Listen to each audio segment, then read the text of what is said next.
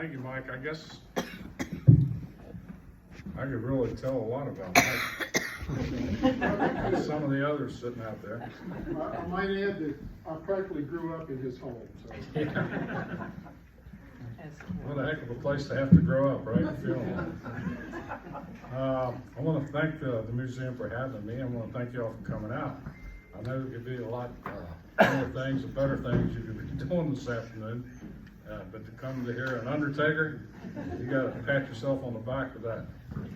What we're going to do is I'm going to talk a little bit about the early funeral home, ours in particular, and some of the practices and how they've changed down through the years. I guess we can go ahead and get started with the first slide. I also want to thank Jody up at the funeral home for putting this thing together, and Helen, of course, for running it. Maybe I better thank her at the end to make sure that you have to pardon me if I got to put my glasses on off. I got to have them to read, and I can't see them with them on. This is an old picture of the town of Broadway. And just to give you some idea of what we're talking about here today, this location right here is where the present Grandle Funeral Home is. There's the lot, if any of you know about that up there. Of course, the funeral home wasn't here then. There's another funeral home in Broadway at one time. It was over here, Lindsay. And there was a funeral home in Broadway, believe it or not, in here, and I think it was Cook or Cookus, something like that, funeral home. So we actually had 3 funeral homes at one time in Broadway. Wow. But this is an old picture just showing you what it looked like years ago. Okay. All right, this is a picture of Travilla Buck Rhodes. They called him Buck, and it's apparently this picture, I'm guessing, took place in the early 1900s. As you can see, the dirt streets in Broadway, and I know one picture over here says 1890s, but I don't think it could have been then, because I don't know if Buck would have been a young man then. So that's Buck on the carriage, and it's got to be the early 1900s. The gentleman with him is John Lewis. He was just sort of a handyman around Broadway. Some of you probably have seen other pictures of him with other people in Broadway, and he just happened to be with Buck, I guess, here on the carriage. And that carriage at one time, I think, was in the building I'm going to show you later, or behind it. And I don't know whatever happened to that carriage. But anyway, that's who this is. Now, Buck was the son of Anthony Rhodes, and Anthony had actually started the funeral home, as far as we can find out. And the home you see up there on the top, the picture up there is, I'm assuming that's where Anthony lived. When we were young men, most of us, that's where Mert Rhodes lived, who was Buck's sister. And she would walk the streets every day downtown to get her stuff. But that's the last person I remember living in that house years ago. Anthony probably started out, as most funeral home undertakers did, as a cabinet maker, or somebody had something to do with wood. It got to the point where people wanted to start viewing bodies, and they wanted to put them in something, so they started on the side, they would make caskets. And that's where your early caskets came from, was people like him. And they said, well, what the heck? I'm not busy, I might as well start a funeral home, whatever. So they would make these coffins, which they called them back then, and take the bodies to the home. We'll discuss that a little bit too. But anyway, that was the picture there. CW, where was that picture taken, do you know? When? Where? I have no idea. Okay. It could have even been Timberville. Okay. You know where that picture was? No, I couldn't identify it. Richard, do you know where's Richard? No, I don't know. We didn't know, did we? Okay. No. It's an indescribable building. Right. It would be hard to talk about the funeral business without talking about embalming. Because that's why a lot of funeral homes got started. Not only because of the making of the caskets, because of the embalming. And the embalming actually got started clear back with the Egyptians. They had a person who was named a priest scribe, I believe it was, that they would have their little town villages on the wall, and right outside the wall would be a priest scribe who tended to burying the dead. And they actually embalmed the bodies back then. Not the way we do it, or have been doing it, but they would put the bodies out in the heat and let them dry naturally in that area, in that part of the world. And I was reading sometimes up to several months on one body. It would take to embalm a body for it to completely dry out, where they could put oils and perfumes and different spices on the bodies to preserve them and then wrap them. And they would bury them. And so the embalming process actually started way back then. It became, I hate to say popular, but it became more well known in the United States during the Civil War. Naturally, soldiers would be away from home, several hundred miles or whatever, and they would meet their fate and be shot or whatever, and they had to be prepared to get back home, because it would take a long time naturally to get them back. Say if someone from Alabama died in Pennsylvania or whatever, naturally it'd take a good while to get them back, so they started preserving the bodies through embalming. This practice actually was started over in Europe before that. So they would prepare these bodies and get them back down to their homes so they could be buried in their home places, a lot of them. So it became pretty popular back then, and naturally they found out that there was better ways to do this embalming than in spices and all that type of stuff, and the Europeans had used it, and they started raising arteries and putting what we know today presently as embalming fluid, which was basically almost straight formaldehyde, not quite, but that would preserve these bodies, and naturally they could get them back home without any problem, most of them, unless they were in shape that they couldn't be prepared too good. So the embalming became popular then, and the reason I say that is because then funeral homes started to pick up. The first funeral home, actually, I'm pretty sure, was in the state of Virginia in Williamsburg in about 1759. And they became popular in the mid-1800s. More and more funeral homes, seeing the need for funeral homes.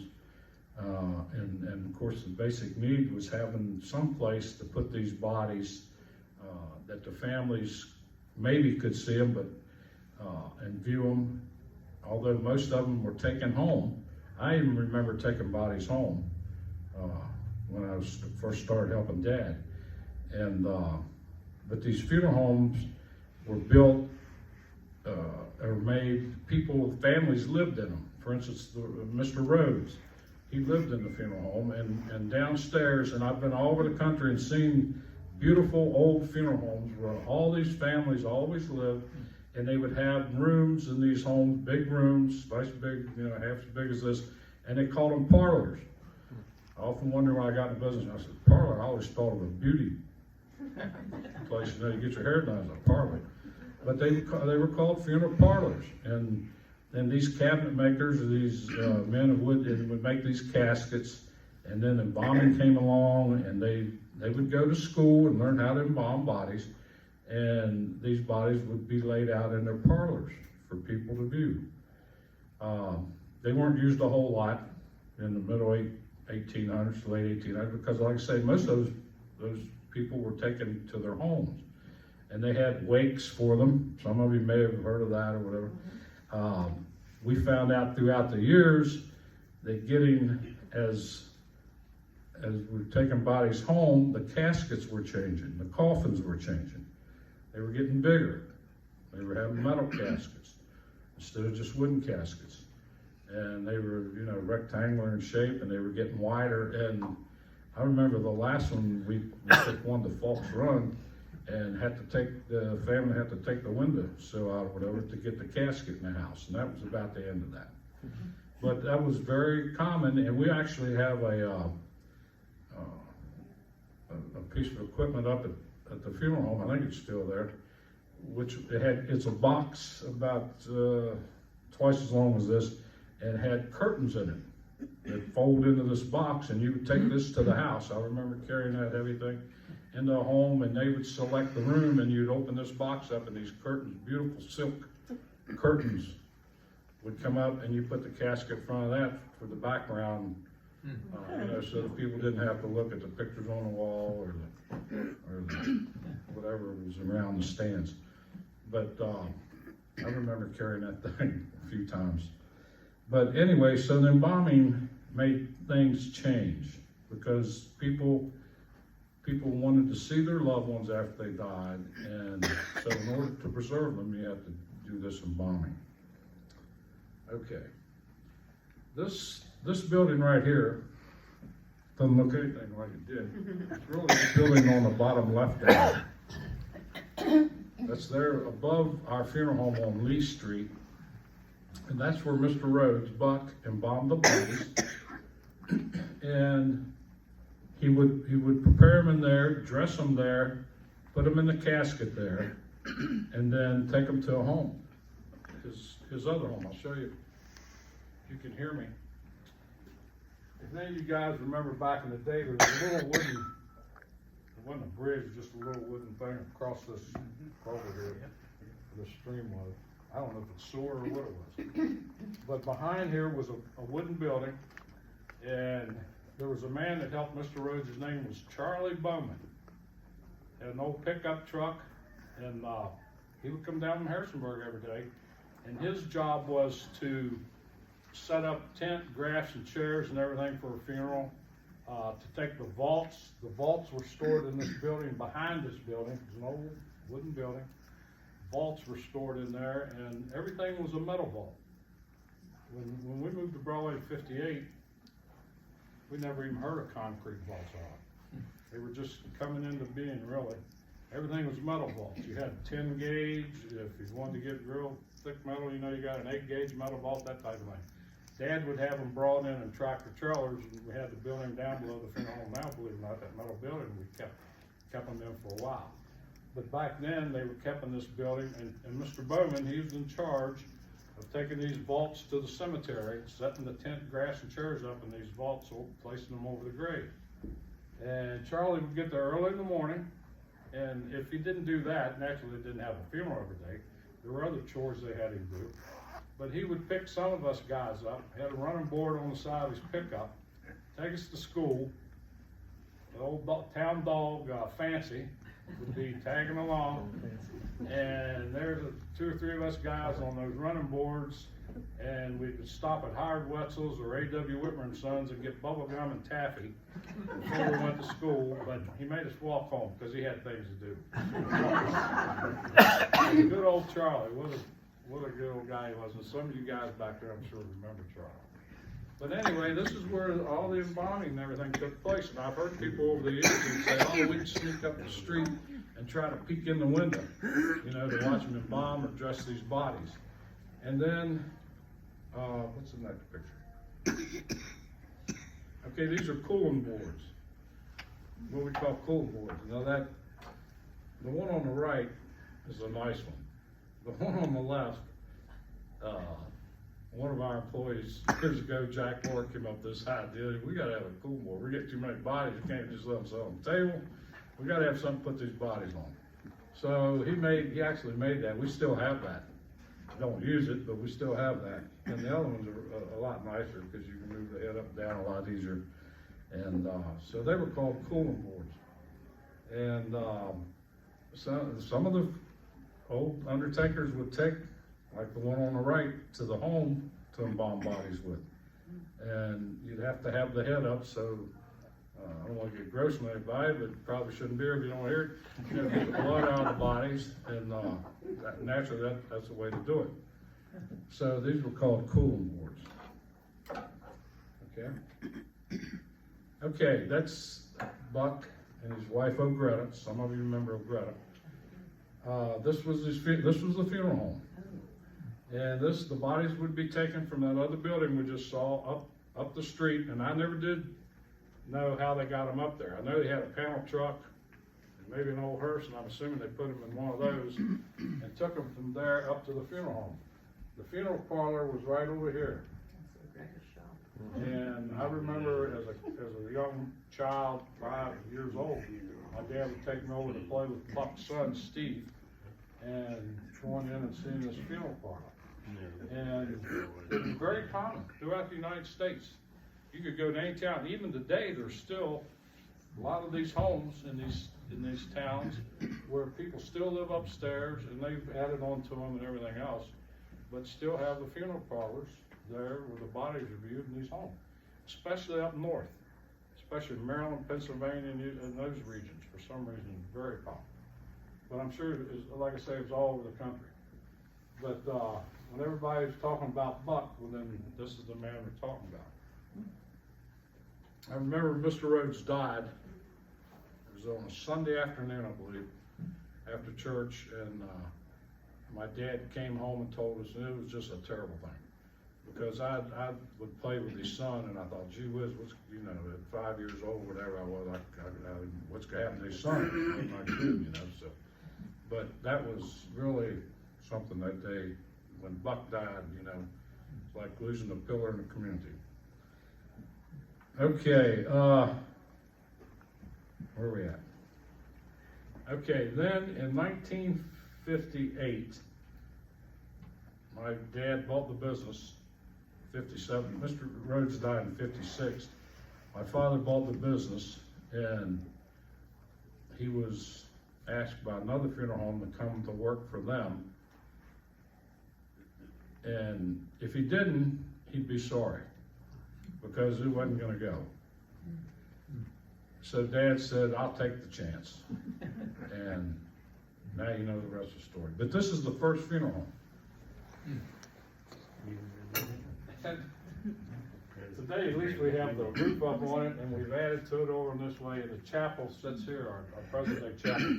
This was 2 big old homes, Whitmer homes, that sat there.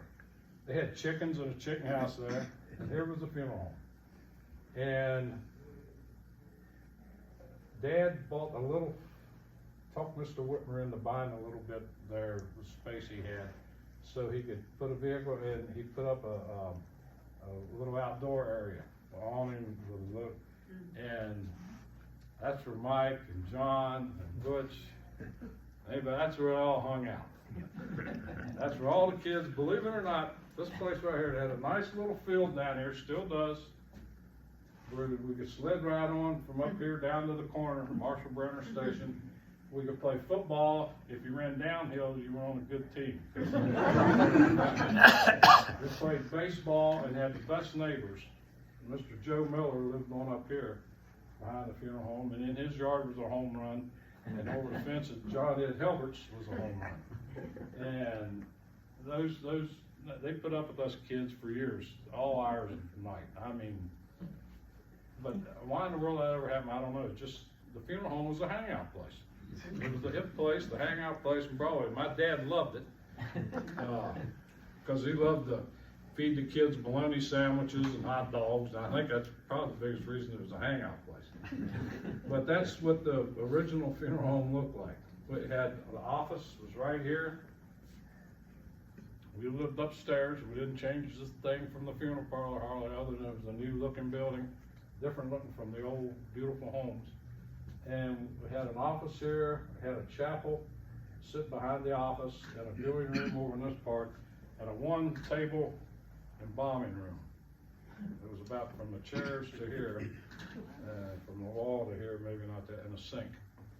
But that was, built in 1958, is when we came there. Okay.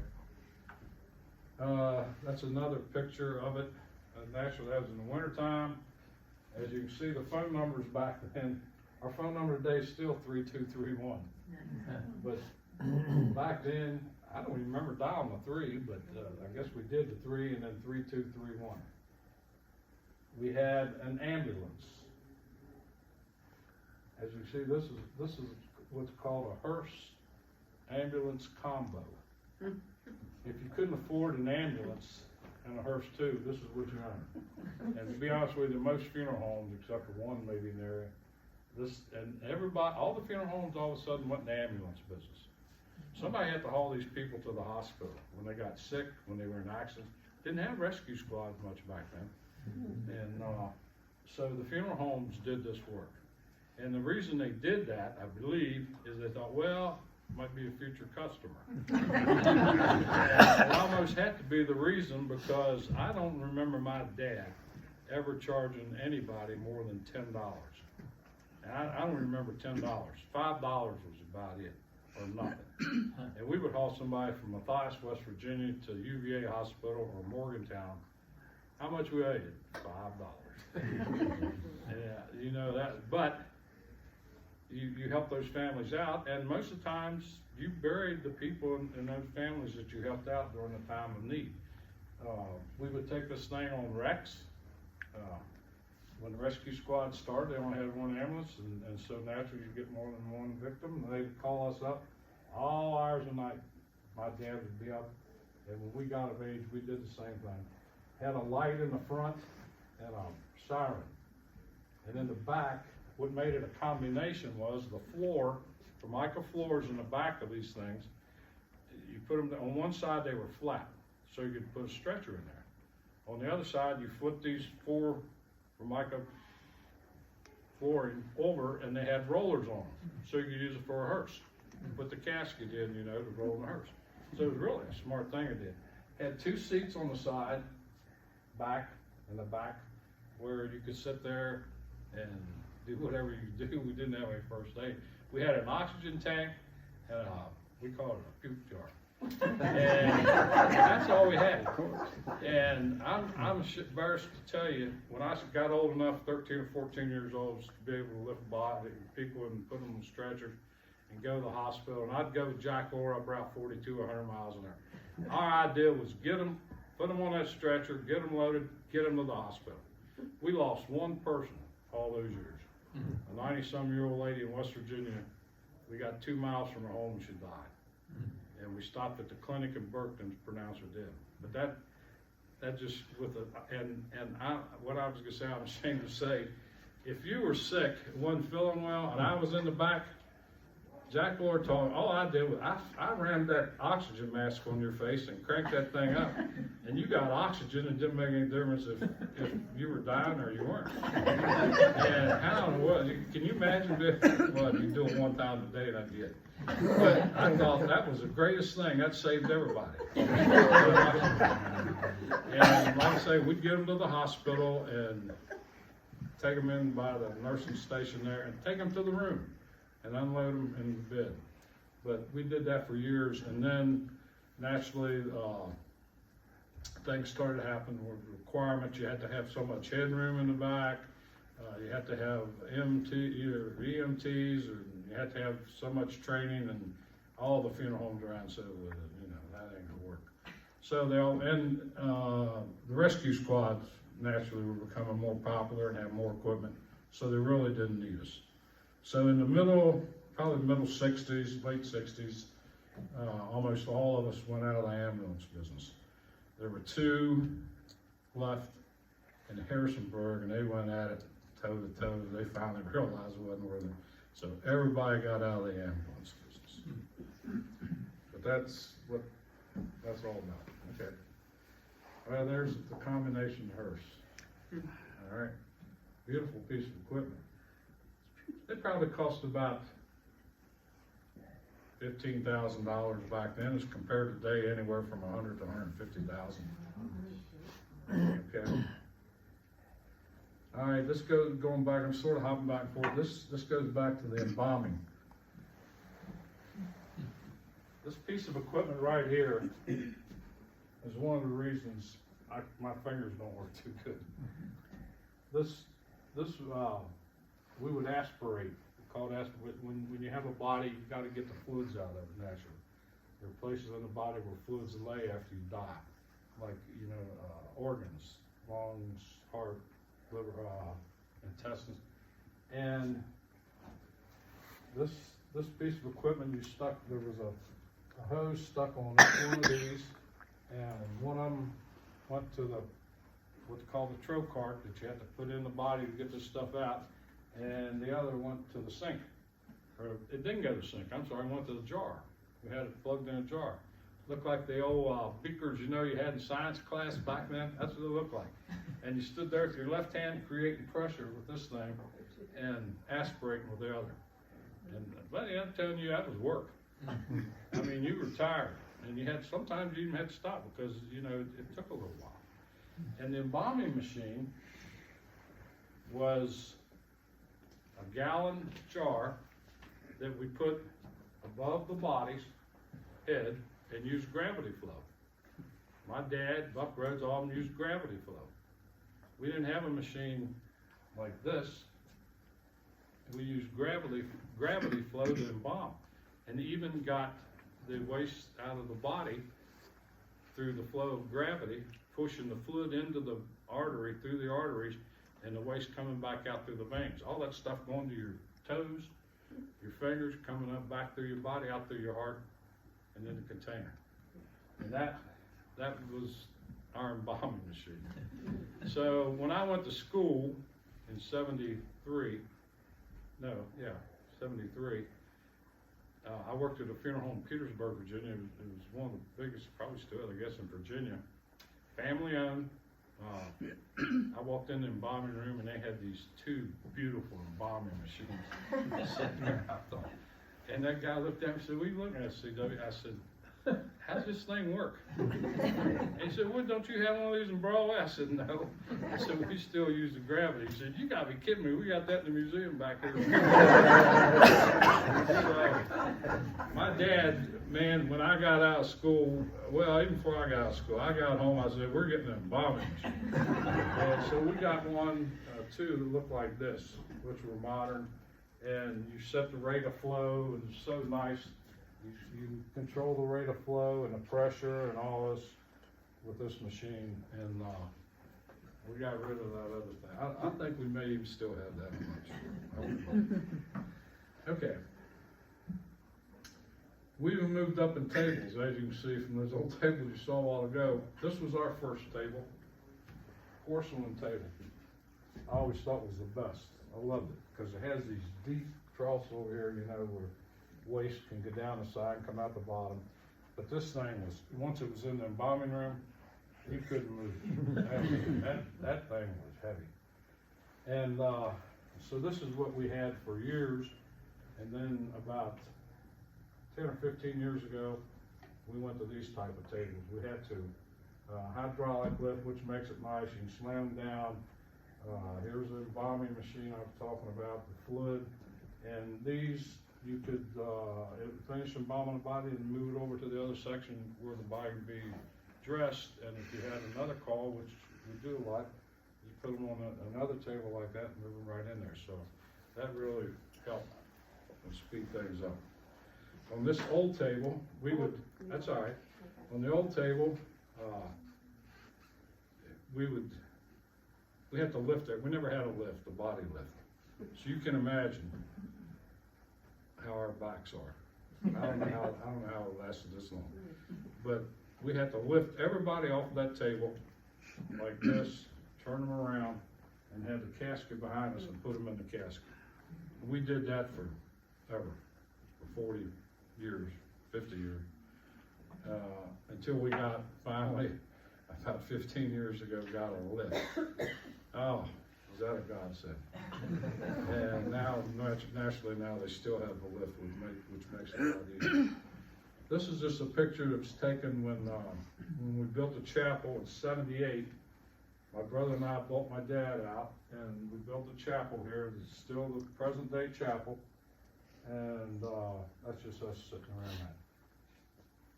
In our old chapel downstairs, in the old building, we could seat maybe as many as you can see here.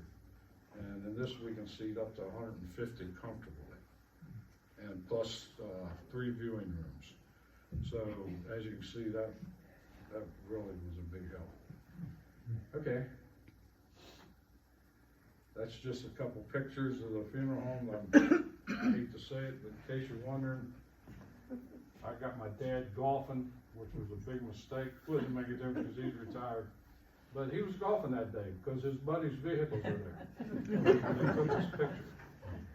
And then this is present day facility. So as you can see, we went from that first picture you saw, the square building here, with none of this, none of that really, to the present day building. This is just a building where we put vaults in, marked vehicles, and that type of thing. That's Doc Ware's vehicle up there, maybe you remember him. So the newest building then is where the chicken houses were, is that right? Just give perspective. So you have that beginning brick building, and then that next building is where the chicken houses were? And Yeah. the parking. The chicken houses were right here. Yeah. Yeah. Okay, in the Little woods. chicken houses, the big houses, the ones with the chicken houses were here Yeah. and up the street behind them. Okay, They were big homes. And when Dad bought those, we tore those things down, saved some of the wood out of them. Matter of fact, some of the doors downstairs in the embalming room and where we keep caskets are doors out of that old building. But yeah, and right here would be where those buildings were also, right. okay? Okay? Yeah. CW, Yes, the white building that we played basketball, yeah, what was that used for? you might as well go back, can you go back to There that? it is. See it there. I'll go back to the aerial Where? view. You gotta go back to it. Go back, Can you go back? go back. Okay, that's good enough. What, you wanna go further back? Yeah, one more, please. That one, yeah, Yeah, this is where I can get into to the guys who are here. yeah. They hung out the funeral. This white building here had a basketball goal up here on this side. Nice. And that basketball goal, believe it or not, has a ramp under it. It's about, to get things in and out that building, it's got a double door and a ramp about that wide, and it goes down like this. Glick and Hotchkiss made a killing off this. There is another place in the United States of America that has a basketball court with a ramp under it, much less at a funeral home. But that's where all of us guys played ball. That's where we learned how to play. We played basketball there up until midnight, and Joe Miller would be up and come to school the next morning to teach music and not say a single word, because we would be hollering and playing basketball. And then the field down here, yeah, Mike, that's where the basketball is. Okay.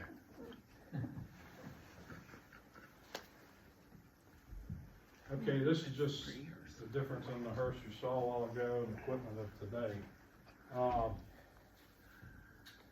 This was taken, I think, at Culpeper National Cemetery.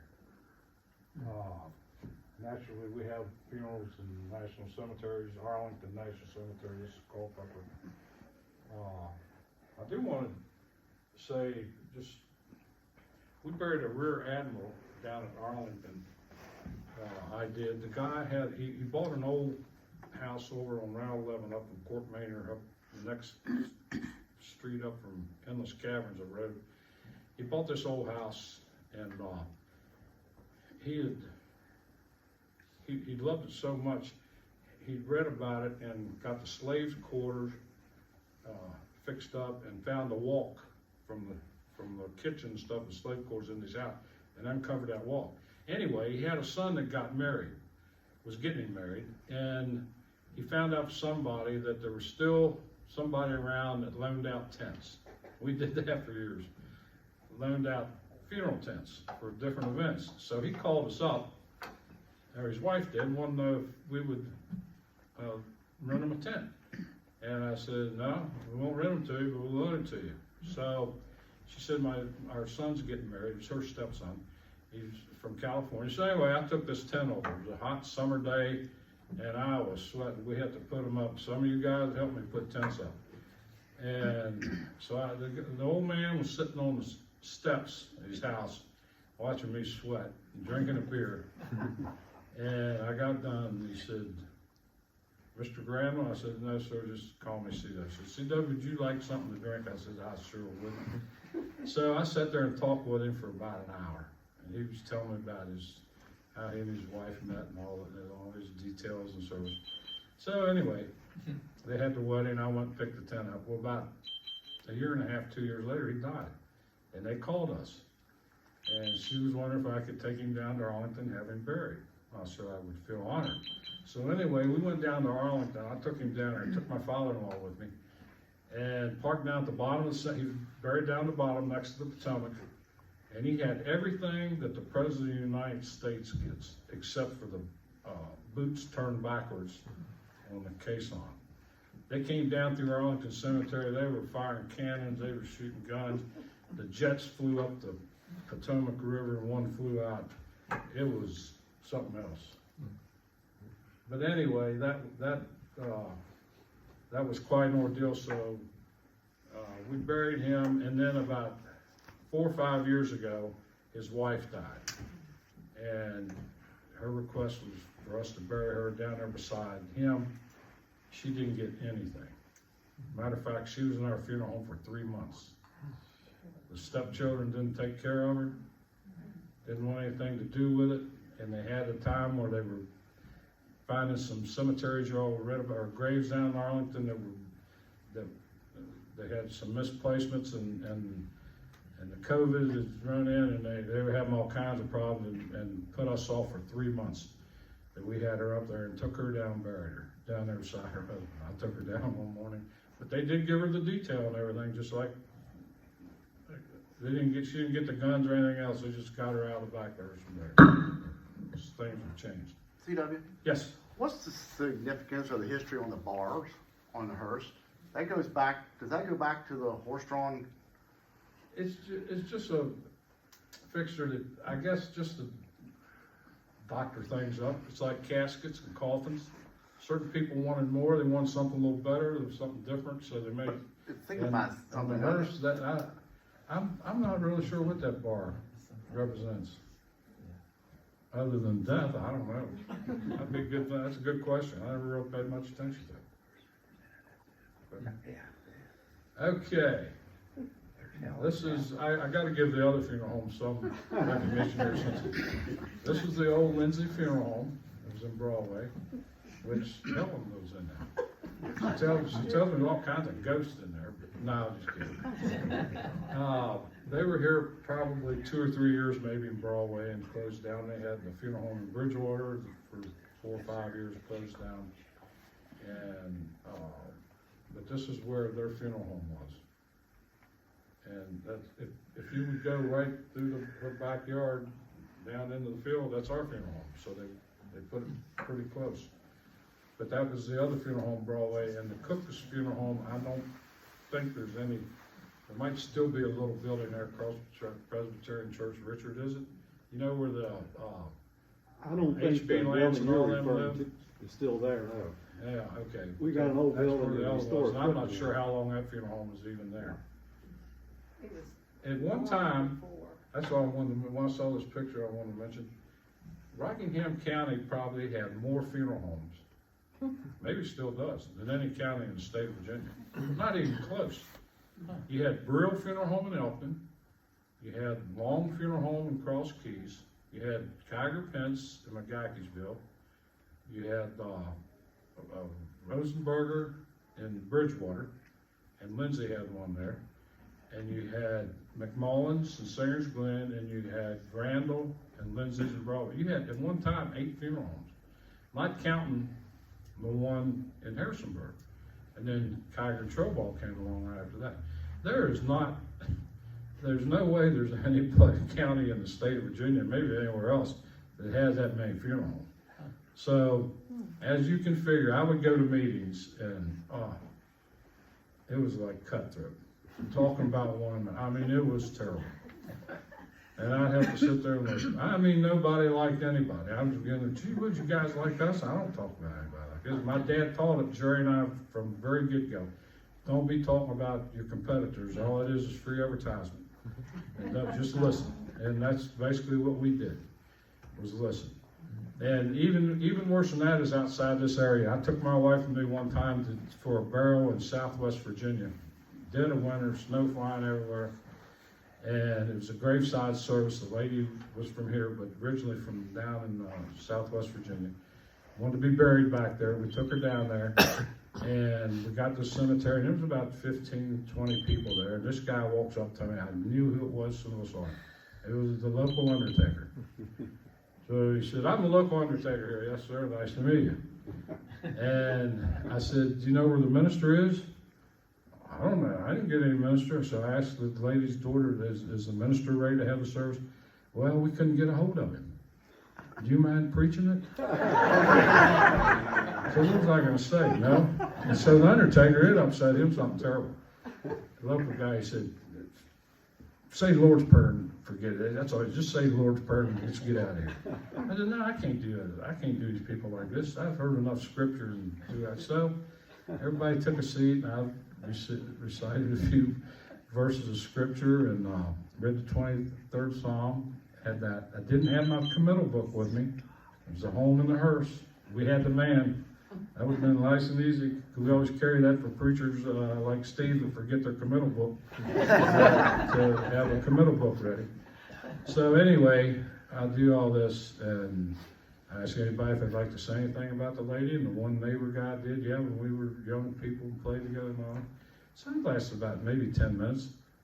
So we got done, and I excused the family, and this old man walks up to me and he said, "Preacher, that was a mighty fine service." Well,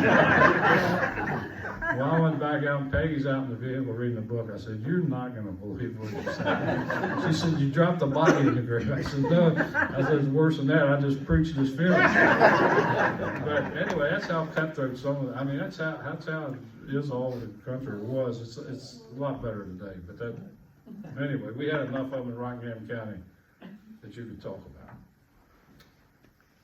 That's just a picture when we built the funeral home after Jerry and I bought Dad out. Okay. There's the old coffin and the new caskets. I was reading an article the other day. I don't know if y'all probably know this, when John F. Kennedy died. I'll tell you how some funeral homes are, and you probably read this. When he died, naturally they wanted to get him back to D.C. as soon as possible. Get him back down here and do the autopsy and everything. Well, they had a little falling out down there. They said, "Well, you know, homicide here, our state, we'll do that." "No, you're not doing autopsy here.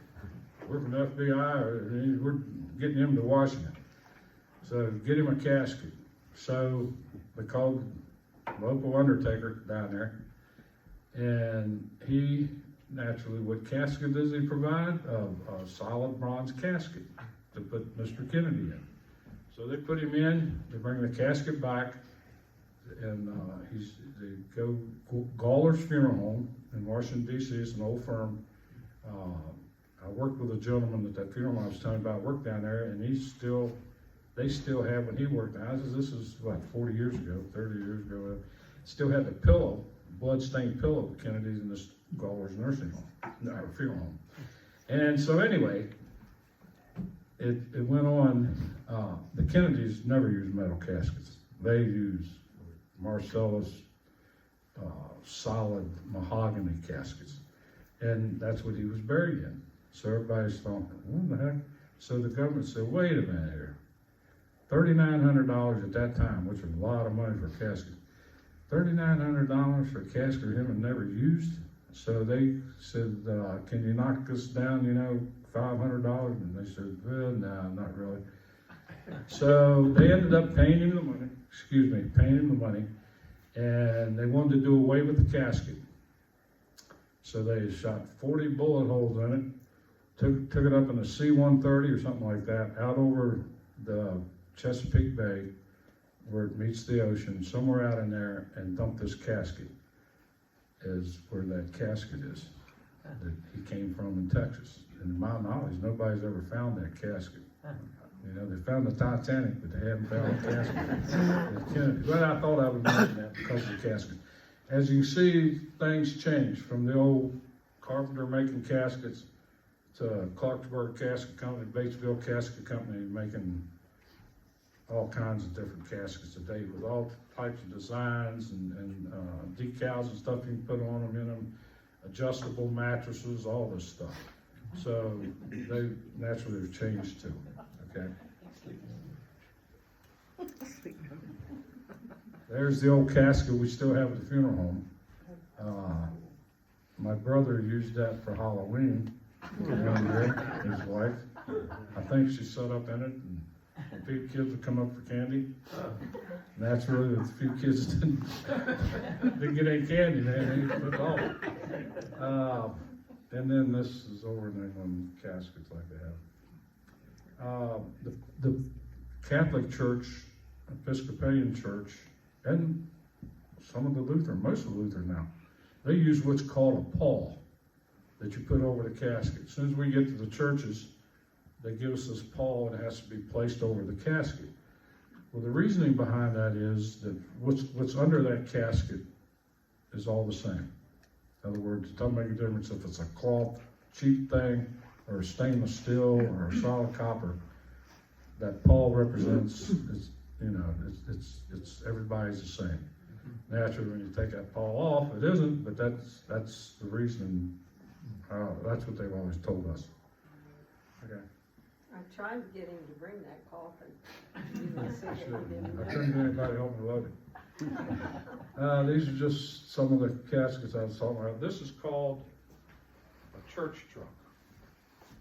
That's what the caskets are put on and wheeled around in. This is just another old casket we got. But this is called a full couch casket. There was some reason years ago, the Mason-Dixon line was sort of the cutoff line for full couch caskets. If you get up into Maryland, Delaware, Pennsylvania, up through there, you see most people were buried in full couch caskets. South of there, it was half couch. The half couches were made years ago so people would dwell on seeing the body, the face, the hands, whatever, and not so much the feet and all that. But these have a blanket that you lay over them, throw to keep, you don't have to look at the feet and that stuff. Okay. Now there's a shocker. That funeral bill in 1917 was $65 for the casket. There was no such thing back then as professional service charge. Even my dad, Buck Rhodes and my dad, they operated the funeral home out of their pocket. I mean, if you paid him, fine. If you didn't, hopefully you get somebody paid. Somebody in the family paid. But not the whole time, but the early days, Dad got that from the Rhodes and we took care of that, so that's not gonna work. So anyway, this casket was $65 back in 1917. And this one, 1904 was $21. Coffin box for burial. I don't even know what you could get in a funeral home today for $65. Maybe they're included in the. But anyway, after that, the Federal Trade Commission, they had 200 complaints out of 2 million funerals in 1973 or 5. And they said these undertakers, by the way, we started out as undertakers, then we became morticians, then we became funeral service licensees. Or before that, you were an embalmer or a funeral director. Then we became funeral service licensees, and I think that's still what we are today. We're thinking about going back to the separate funeral director and embalmer, which I hope they don't. I actually was the last group to get a funeral director's license. I got it when I was in school, my last year, and I had already served all my apprenticeship and was eligible to take the state board to become a funeral director. I couldn't get my embalmers because I hadn't finished school yet, and you had to have all the classes for that. And so I went ahead and got my funeral director's license, and then when I finished, took the national board, state board, I went ahead and got the funeral service licensing like everybody else. So I've always been sort of proud to say I was in the last bunch of funeral directors. I'm not proud to say how difficult it was. The easy part was the test, not easy, but it was difficult. But you had your final thing is you went before a jury of 5 guys, a state board, and they fired questions at you. And I remember I missed one. They asked me if a guy come in, or a lady come in the funeral home with a flag, would you put it on her husband's casket? And I said, no, unless he's a veteran. They said, yeah, you put it on. You do anything they want. I said, okay. So I missed that question. It's the only one I missed. I'll never forget that. But anyway, that oral part, that was tough, man. I mean, you're talking about having shakes. I'm sure it was like John maybe getting a law degree. Anyway, but that's the old bills. Okay, is that it? That's it. Okay, there's just a couple other things you might be interested in.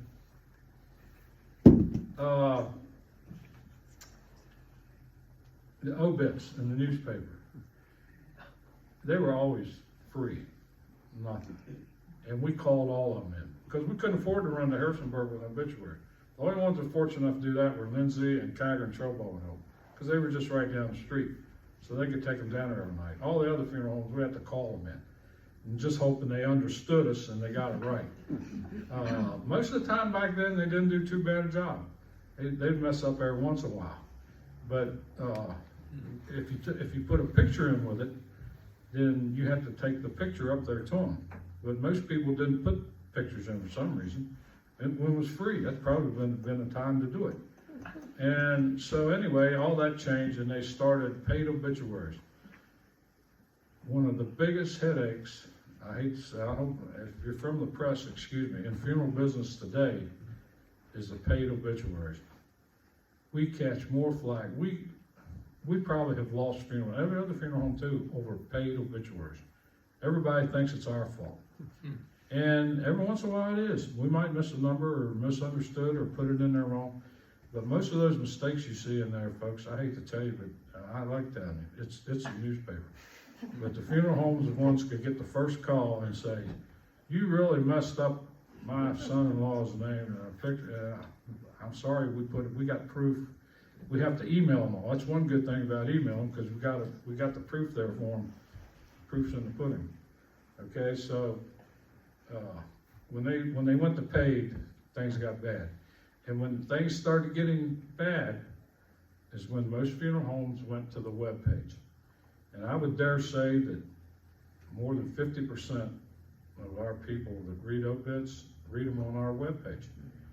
I just, by talking to people around, I think that's where it's at. And you probably get more on there anyway, because it doesn't cost you anything. And you can put on there what you want. Whatever you want to tell us, we'll put it on there. And if you put that in the newspaper, they're going to charge you. And the charge is bad. The charge is bad. Okay, just a couple other things. The coolers. We have refrigeration that's been, I don't know how we ever did without it. And we've had that probably for only the last 10, 15 years. And man, has that saved us a lot. Because folks, the funeral business, the burial part has changed. There's people come in, don't want bodies embalmed. Can you keep them a week and a half till our granddaughter graduates, in California? Can you wait till, I got a doctor's appointment, and when we always did funerals within 3 days, counting days of death, you'll notice in the paper, now it's up to a week, 5 days, 6 days, a week or whatever. And some of it, it's understandable, and thank God, like I say, we got the cooler to be able to do that for those who don't want embalming. But the one rule, the funeral rule, Federal Trade Commission said that we're allowed to do is if we can say, if you're going to view a body in our facility, it must be embalmed. So helps. That's safe. That's safe to have to put a body up there and have to worry about the public coming in. The other thing that cooler saved us was COVID. It was packed. We didn't have any more room. We get 6 in there, I think. And COVID was, I hate to say it was good for the funeral business, but it was. I mean, there was a lot of deaths of COVID, and there was a lot of deaths around here. When things started happening in New York, I just told the boys up there one day, I call them boys, I said, guys, I'm going around the funeral home, because I said, this is not gonna be good. And I went to every funeral home except for Johnson's. They weren't in, I called them. And I told them all, I said, look, you better get ready for this stuff. You better start ordering some gloves and smocks and headgear and foot coverings and disinfectant. And I said, it's not gonna get any better, and they're gonna run out of this stuff. Everybody gets it. And everybody agreed, and everybody did their job. By golly, all the funeral homes that I know of around did what they were supposed to do, and spent a ton of money, but it was worth it. Not one of us got COVID. We got the shots when they came out, and most of the other funeral home personnel, I think, probably did too, and we did everything. We treated everybody we got, every single body, as if they had COVID.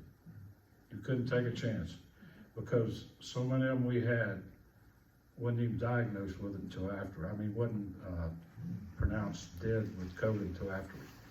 And you'd be surprised at the number we had when the government come out and said we're gonna pay up to $7,000 or $9,000 for these people who died of COVID. And families were embarrassed that granddad died of COVID, but 2 months later, when they come back and say, can we get the death certificate changed? And we wouldn't dare do that. We can go talk to the doctor, and I think maybe a few of them did. But that was a bad, terrible thing, and the hospital, we went to the hospital and told them, you better be prepared for this, and they did. They got a refrigerated unit in, or outside unit, a trailer, like, because they were swamped too, but that was bad. And we had to disinfect everything with everybody, and afterwards, everything. And the funeral home every day, upstairs, downstairs, where we hung out, everything. But that was, and we've had several in the last couple months. So it's something that's gonna be here. But that cooler, has that done something? Death benefits, Social Security hadn't changed much. I think you get $5 more now than you did when I started. It's $255. It has to be a surviving spouse. In other words, when I die, my wife will get it. When she dies, nothing. I actually contacted my congressman and said, do away with this. It won't even pay half of a grave digger. It would save this country, if you figured 200,000 deaths a year, or Social Security, or 500,000 at $255, that would be a lot more money for the ones that need it or getting it. So, but they thought I was trying to suggest them do away with Social Security, so that didn't work. Okay, the other thing, military funerals, they've changed somewhat. We used to get a detail back in the 60s. It didn't make any difference where you died. The military was there with the guns, fold the flag, and play the taps and everything. And then that changed. They didn't send a firing squad. And then they didn't send any bugler. And then couldn't get anybody. So you had to start using local VFWs, American Legions. And we did finally get things going again about 10 years ago, so they do send out, they'll send at most 3 people, most of the time it's 2 people. They'll send a bugler and 2 people to fold the flag. Well, the guy or the lady who plays the bugle, the taps, helps fold the flag. And the taps aren't like they used to be, folks. They used to be a regular trumpet player. The person stands there now with a trumpet and they push a little button, the tape plays. You think they're playing taps. It just bothered me terrible one of these times that tape's gonna break and what they could do. And, so anyway, that's a change there. The other thing, last but not least, is cremation.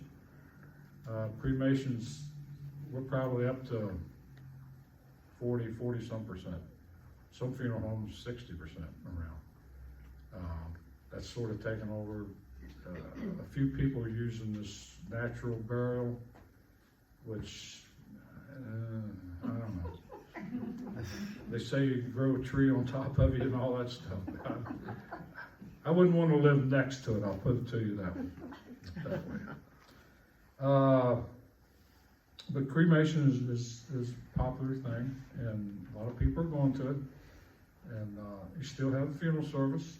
Some people even still have the body embalmed and viewed and have a visitation and cremate afterwards. Most people don't. Urns, they're big now in the business. Naturally, as you can tell, you got to try to make money off of something. So hopefully families will buy an urn. Most of our families, we try to talk them out of, unless you're gonna put granddad up on the fireplace or something.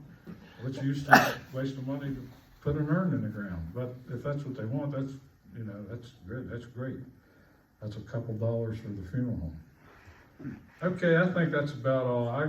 You could talk on this topic for a long time, but I'm sure you've probably heard enough. Is anybody got any questions? I'll try to. Yes, ma'am. I had one earlier, I can't remember it. What about prepaids? That's good, I should have mentioned that. Prepaid, started heavy about 30 years ago. And what they said was, you could go ahead and prepay your funeral, and if you wanted, you could guarantee it to the families. So at the time we started, you prepay funeral in two ways, either through insurance policy, a lot of funeral homes do it through insurance policy, or you can do it through the bank. We chose the bank. We didn't trust insurance companies. Something might happen, then you've had it. If the banks go broke, then the insurance companies go broke. So we chose the bank route. Well, at the time we started, it was the interest rate was like 6 or 7%, and our increase in the price of funerals weren't but 3% for a long period of time. So people actually that prepaid their funerals back in the mid-90s to 2005 or something actually made money on their funerals. We paid this lady in Richmond on her husband. We paid her back $1,000 on his funeral. He got the funeral he wanted, plus he got $1,000. I mean, we made a ton of money. We didn't make it, but she did. And we made money when she died, or she did, her family did. But then as the interest rates started going down, then naturally you can see what happened. We couldn't guarantee them anymore. But there's still a lot of people that come in, they want to go ahead and prepay them, have that out of the way, and then they know if there's a difference when they die, that their next of kin or their estate or whatever is going to have to come up with the money. So you come in, you don't have to prepay a funeral. Everyone ought to have a prearranged funeral. I'm sold on that. Everyone ought to get an information sheet from a funeral home, have it filled out, and have it on file. Just in case something happens to you and your kid's not aware of it, or your grandkids or whatever, or husband, wife, and it's there. Everything that needs to be done is right there, the way you want it. Not the way they want it, or the kids, and the kids come in and say, gee whiz, how many times have I had families and kids, I don't know what dad wanted. I don't know what grandma, I don't know what they wanted. Well, they'd have written all this stuff down, you may know it. So yeah, that's very popular, the pre-need funeral and prepaid funeral. Yeah. I mean, we have a prepaid funeral, and we're actually, both of us, and we're actually making some money. So if he goes first, I'll get some, There you and go. vice versa, Yeah. and then the Right. kids. So. Yeah. That's